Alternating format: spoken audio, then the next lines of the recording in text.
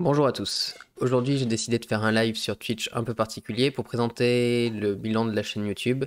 C'est quelque chose que je voulais faire depuis un moment et je n'ai pas trop eu l'occasion. Puis je voulais attendre que la chaîne ait repris depuis un certain temps. Je voulais le faire au bout de 6 mois au départ, sachant que j'ai dû reprendre les vidéos réellement en janvier, même si j'en ai sorti une fin novembre de l'année dernière.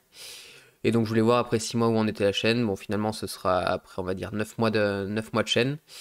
Une chaîne que j'avais créée donc il y a quelques années maintenant, il y a au moins 4 ou 5 ans, c'est ça, c'était fin 2016, pour commencer à parler politique un peu avant les élections présidentielles de 2017, qui avait bien marché parce que j'étais à l'époque au sein d'un parti politique qui s'appelle l'UPR et du coup ben, les militants partageaient massivement mes vidéos et s'abonnaient donc j'ai rapidement eu plus de 200 abonnés. Et après, j'ai laissé tomber après les élections présidentielles et législatives pour consacrer du temps à ma vie personnelle. Et de toute façon, après une période électorale comme les présidentielles et les législatives, autant vous dire qu'on a envie de penser à autre chose qu'à la politique. Et là, encore une fois, donc là, cette fois, à 2 ans des présidentielles, enfin 1 an et demi des présidentielles, j'ai décidé de relancer la chaîne, tout simplement parce que le goût enfin, j'ai retrouvé la motivation pour parler de sujets politiques. Et donc là, j'ai relancé la chaîne avec un peu plus de 200 abonnés, plus de 250 même, et j'espérais que ça reprenne bien comme la première fois. J'avoue que la première fois, j'avais peu de moyens, je faisais pas forcément... Enfin, j'y mettais du temps et j'y mettais des efforts, notamment parce que j'avais un ordi assez pourri pour faire le montage des vidéos, mais ça marchait plutôt bien, enfin pour une chaîne qui débute.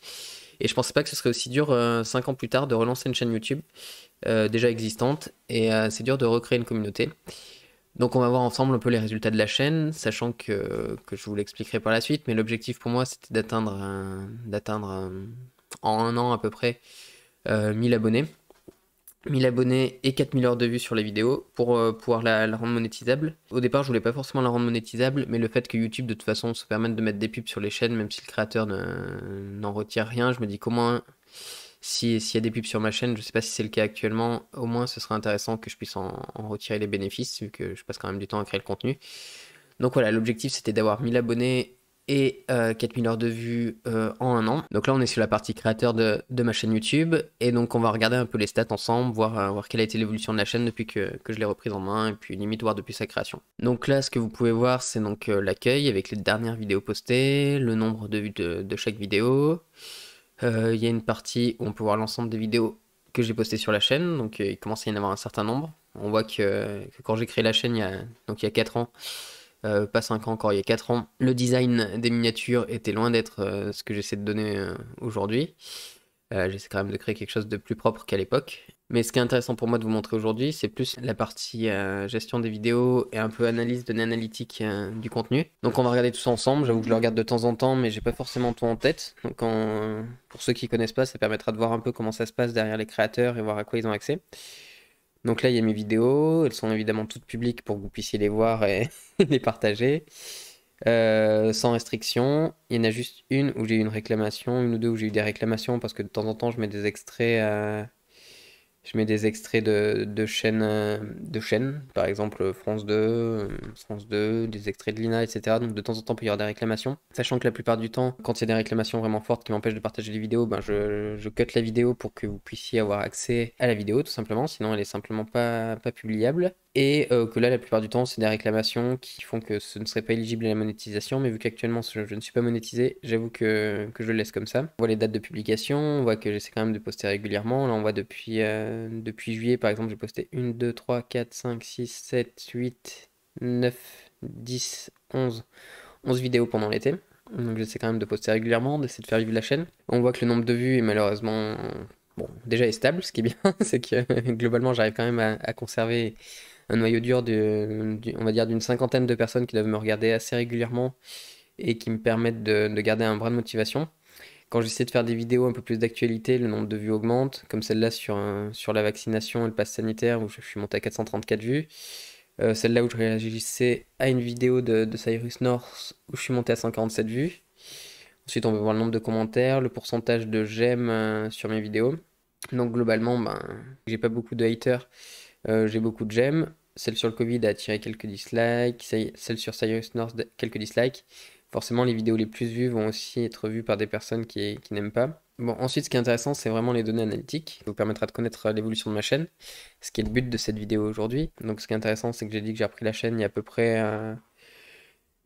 un an, donc on va mettre les 365 derniers jours, ce sera plus parlant. Donc, tout d'abord, on peut voir le nombre de vues qu'il y a eu sur la chaîne au quotidien.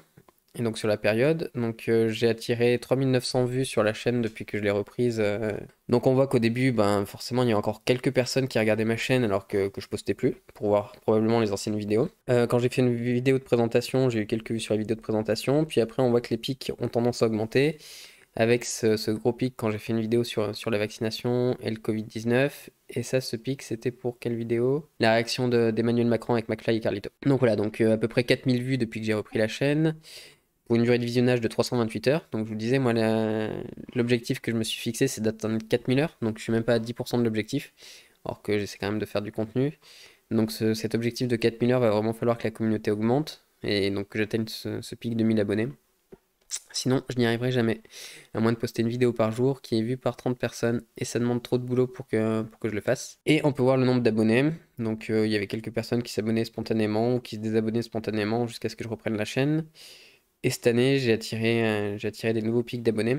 Donc j'ai réussi à gagner 57 abonnés depuis que j'ai repris la chaîne. Ce qui est pas fou, mais si je veux le vendre de manière positive, on peut dire que j'ai fait croître ma chaîne de 20% en moins d'un an, ce qui ferait plutôt rêver à la plupart des investisseurs. Mais bon, en partant de si bas, forcément, c'est ridicule. Donc mes vidéos sur Vous avez dit ont attiré pas mal d'abonnés. Faut que je m'y remette. D'ailleurs, je vais en faire une prochaine. Je cherche encore le mot ou le terme idéologique que je voudrais présenter. Si vous avez des idées, n'hésitez pas à me le dire en commentaire. Si c'est un sujet qui me plaît, sur lequel je me sens compétent, j'essaierai de faire une vidéo dessus. Donc celle sur le progressisme avait bien marché, m'avait attiré des abonnés. Celle sur la monnaie, où je présentais mon système à 4 monnaies, avait également attiré des abonnés. Voilà, les vidéos de réaction marchent bien également pour ça. Et le coin lecture, que je reprendrai également, qui présente des livres, ont l'air de plutôt bien marcher. On voit que celle sur la réaction sur le vaccin est celle qui a été vraiment le plus regardée. Mais bon, ça fait que 58 heures, hein, quand on se dit qu'il faut faire 4000 heures, c'est vraiment énorme. Pourtant, pour moi, c'était vraiment une réussite sur la chaîne. 433 vues, 58 heures de visionnage. Il faudrait que j'en sorte une centaine comme ça chaque année, donc tous les 3 jours. Vous imaginez le travail monumental que ça demande, sachant que c'est une vidéo qui m'a pris au moins une semaine à préparer. Et donc je pourrais pas en sortir tous les 3 jours. Et quand tu sors une vidéo comme ça, tu as aussi envie de prendre un ou deux jours de repos une fois que tu as fini. Ce qui est intéressant, c'est que ma vieille vidéo sur le scrutin proportionnel continue à m'attirer des visionnages, alors que la miniature est concrètement dégueulasse.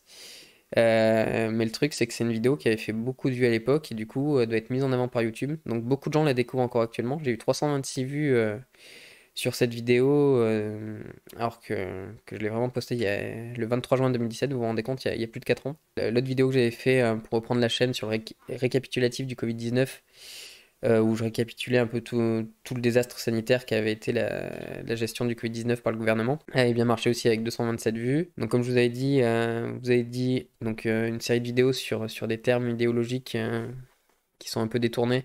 Celle sur le progressisme, notamment, la première que j'avais sortie avait bien marché, donc j'étais bien content. L'islamo-gauchisme aussi avait bien marché. Donc voilà, j'ai l'impression que si je veux développer la chaîne, il va vraiment falloir que je crée du contenu qui fasse réagir. À la base, je voulais faire du contenu un peu d'éducation populaire et qui vous apporte de l'information et du contenu un peu informatif sur certains sujets. J'ai l'impression qu'il faut que je conserve cet aspect-là parce que c'est ce qui me motive à faire la chaîne. Mais il faut que je le fasse de manière un peu plus réactive, que j'aille chercher un peu le buzz. Sinon, j'arriverai jamais à développer la chaîne. Mais bon, voilà, le temps de rétention est bien, non? Ce qui m'intéresse aussi, c'est le temps de visionnage. On voit que là, pourcentage moyen de vidéos regardées, j'ai 46,6% sur celle-là, 42,9%, 20% ici. Mais 20% pour une vidéo de 40 minutes, ça commence à être quand même pas mal. 29% ici, 43%. Et c'est là où je dis que j'aimerais bien atteindre les 60% pour être sûr que mes vidéos soient vues et que donc plaisent au public. Si j'en regarde longtemps la vidéo, c'est que ça les intéresse. Donc voilà, c'est sur ce quoi j'essaie de travailler aujourd'hui. Donc j'espère que j'y arriverai. Alors l'audience, j'ai encore peu de statistiques parce que la chaîne est trop petite. On peut voir que j'ai beaucoup de non-abonnés qui regardent la chaîne. Ce qui est cool, ça veut dire que des nouvelles personnes découvrent régulièrement mon contenu et que j'ai quand même un quart des gens qui regardent mes vidéos aussi qui sont abonnés. Donc si vous regardez cette vidéo et que vous n'êtes pas abonné, vraiment, enfin je vous l'explique, il faut vraiment que j'atteigne les 1000 abonnés pour avoir une chance d'être monétisé un jour.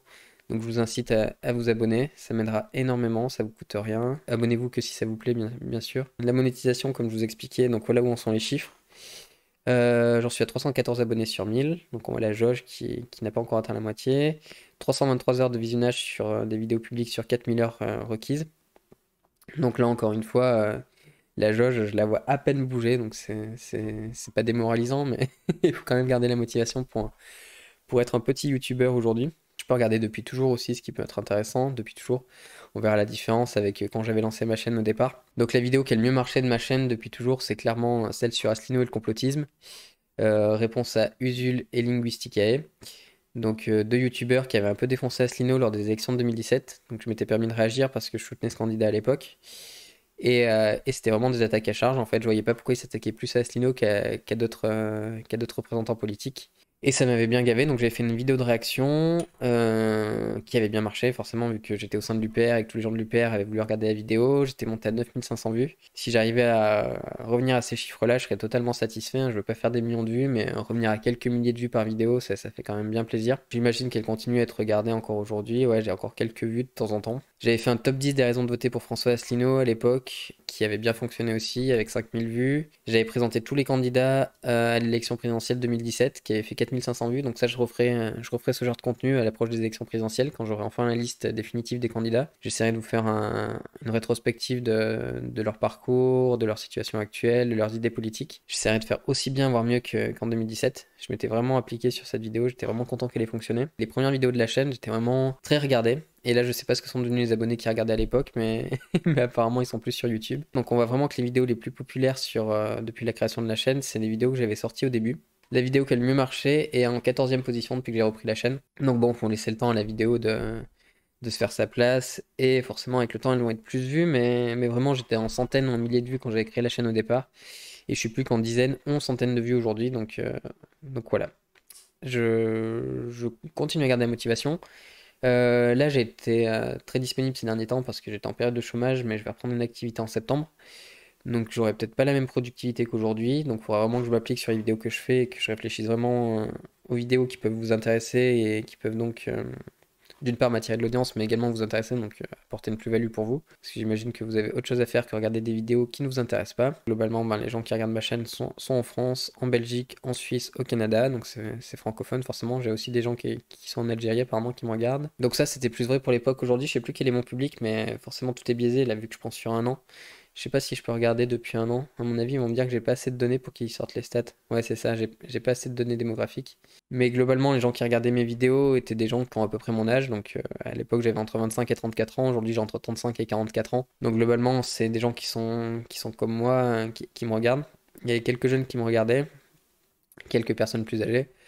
Mais globalement, mon cœur de cible, c'est les gens qui ont entre 25 et 45 ans. Genre du spectateur, forcément, vu que je parle de politique, c'est énormément d'hommes. Donc j'espère que les femmes s'intéresseront peu à peu à mon contenu et que je pourrai attirer plus d'équité dans... plus d'équité. Je sais pas si c'est un terme vraiment à propos, mais équilibrer un peu le public de ma chaîne en termes de sexe.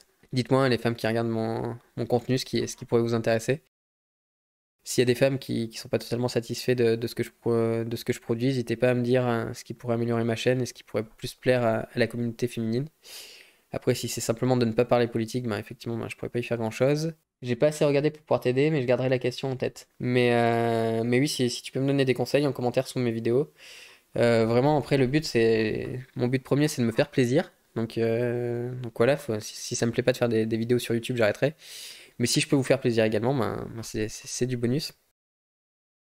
Dans les vidéos qui sont à venir, donc j'ai continué, donc je vous ai pas montré ma série sur Tous Présidents. Même si ça attire très peu de vues, c'est quand même quelque chose qui me tient à cœur parce que voilà, je veux qu'on continue à présenter ce programme politique et aller jusqu'au terme de ce programme politique pour que si un jour ça intéresse des gens, ben, ils aient accès à des idées un peu nouvelles ou qu'ils aient accès au principe de pouvoir écrire soi-même son programme politique. Que je compte faire par la suite, donc là j'ai toute une série de vidéos, je pense que je vais faire sur l'écologie. Je vais notamment revenir sur le GIEC. Faudra que je tarde pas trop parce que sinon ça va devenir has-been, mais je vais prendre le temps de regarder ce qui a été dit dans le rapport du GIEC et d'essayer de vous faire un retour sur le sujet et essayer d'aborder la question de l'écologie par plein d'aspects, car c'est quelque chose de central aujourd'hui. Et je vais essayer de faire une série de vidéos sur le sujet pour un peu tout récapituler et que vous ayez toutes les idées en tête réunies dans une série de vidéos que vous pourrez regarder tranquillement par la suite. Je sais qu'il y a énormément de contenu sur ce sujet-là, donc je ne révolutionnerai pas la question. Ne vous attendez pas à ce que je dise des choses qui n'ont été dites nulle part ailleurs, mais je vais essayer de faire un peu du travail de regroupement et d'essayer de regrouper toutes les idées et de lier certaines idées à d'autres. Genre l'écologie aujourd'hui, ça me semble devenir de plus en plus un problème bon, un problème pour toute la population vu qu'on est tous touchés, mais c'est vraiment traité par l'aspect économique de la chose. Et, euh, et on n'a pas du tout en tête le côté crucial que peut avoir l'écologie au sein de la société, notamment sur notre bien-être, sur ce genre de questions. Tout est question économique. Est-ce que c'est rentable d'appliquer une politique écologique? Comment appliquer une politique écologique avec les moyens qu'on a? Beaucoup d'incitations à être écolo, mais sans forcément donner l'accès à tous de l'être. Il y a beaucoup de mesures qui sont prises qui ne peuvent être appliquées que par des personnes qui ont un certain revenu. Donc voilà, essayer d'aborder la question écologique via différents aspects, donc via la richesse, via d'autres choses. J'y réfléchirai. Et donc voilà globalement ce que j'avais à vous dire sur le bilan de la chaîne YouTube. Donc plus 57 abonnés, on va dire que c'est quand même bien parce que ma chaîne est en croissance. L'objectif maintenant c'est d'en avoir 686 de plus prochainement. Donc on va tout faire pour. Et surtout les 4000 heures de vues. Donc vraiment il faut que je fasse des vidéos qui retiennent les gens et qui soient plaisantes à regarder du début à la fin. Je vais essayer de trouver le moyen de le faire. Je pense que des vidéos où je m'exprime comme je le fais actuellement, peuvent mieux fonctionner. C'est plus agréable d'écouter quelqu'un qui s'exprime comme ça que des vidéos ultra bien écrites, ultra bien montées. Enfin, ultra bien montées. Elles sont malheureusement pas assez bien montées, mais qui me demandent énormément de temps à monter. Je pense que je vais plus faire du réaction live, un peu comme je fais aujourd'hui. Un peu préparé pour savoir de quoi parler, mais ça demande beaucoup moins de travail pour moi de le faire.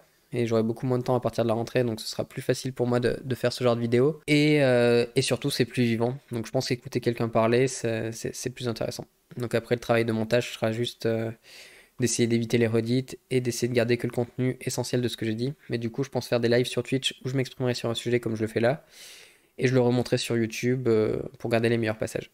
Donc merci à Caspi pour ton retour sur ce live. J'espère également que tu me feras des retours sur ma chaîne YouTube pour m'aider à progresser. Et comme toujours, je vous incite à vous intéresser à la politique et continuer à le faire. Et je vous dis à bientôt.